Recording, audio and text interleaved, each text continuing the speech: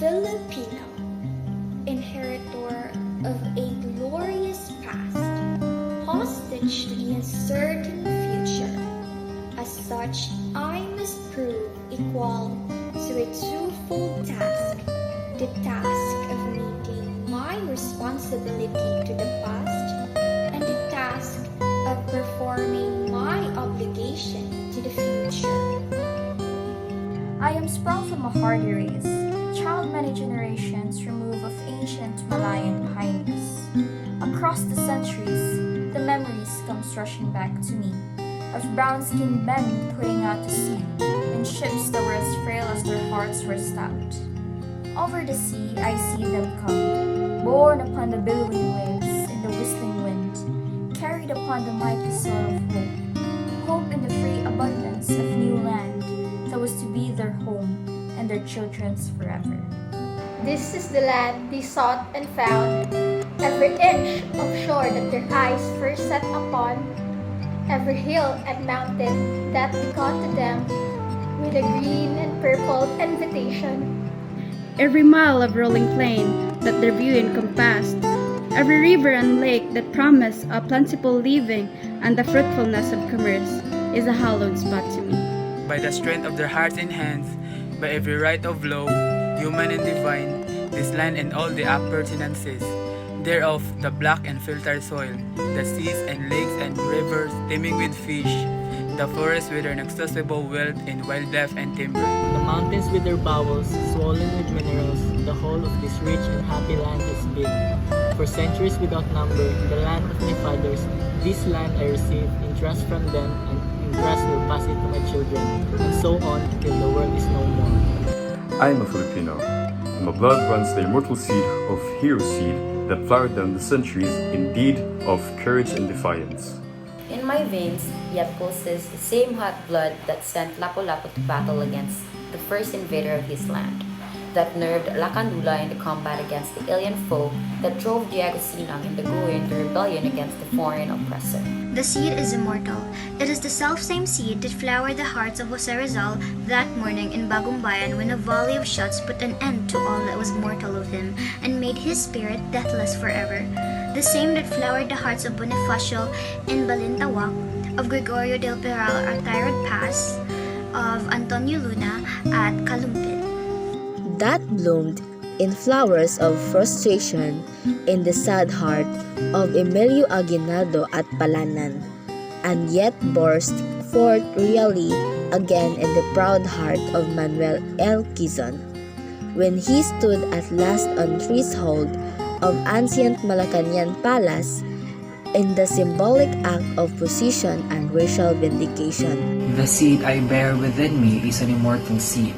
It is the mark of my manhood, the symbol of dignity as a human being, like the seeds that were once buried in the tomb of Tutankhamen many thousand years ago. It shall grow and flower and bear fruit again. It is the insignia of my race, and my generation is but a stage in the unending search of my people for freedom and happiness. I am a Filipino, a child of marriage of the East and the West.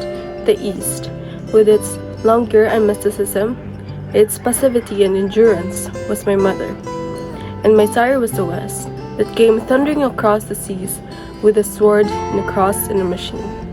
I am of the East, an eager participant in its spirit, in its struggle for liberation from the imperialist yoke.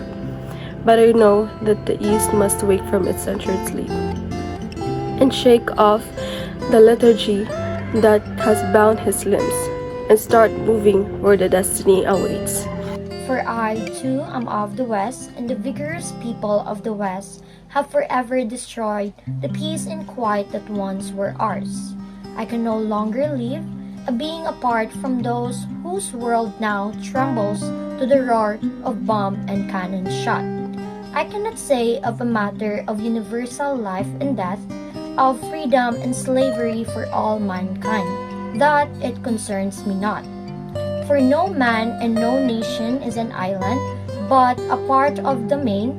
There is no longer any East and West, only individuals and nations making the momentous choices which are the hinges upon which history revolves. At the vanguard of progress in this part of the world, I stand, a forlorn figure in the eyes of some, but not one defeated and lost. For, through the thick, interlacing the branches of habit and custom above me, I have seen the light of the sun, and I know that is good. I have seen the light of justice, equality, and freedom. My heart has been lifted by the vision of democracy, and I shall not rest until my land and my people shall be blessed by this. Beyond the power of any man or nation to subvert or destroy. I am a Filipino, and this is my inheritance.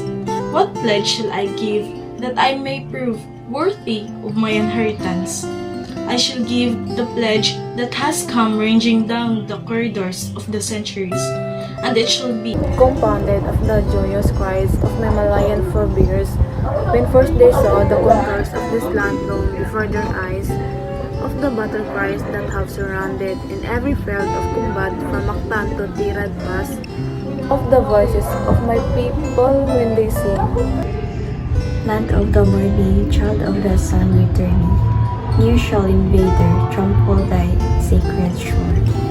Out of the lush green of these 7,000 isles, out of the heartstrings of 16 million people, all vibrating to one song, I shall weave the mighty fabric of my pledge.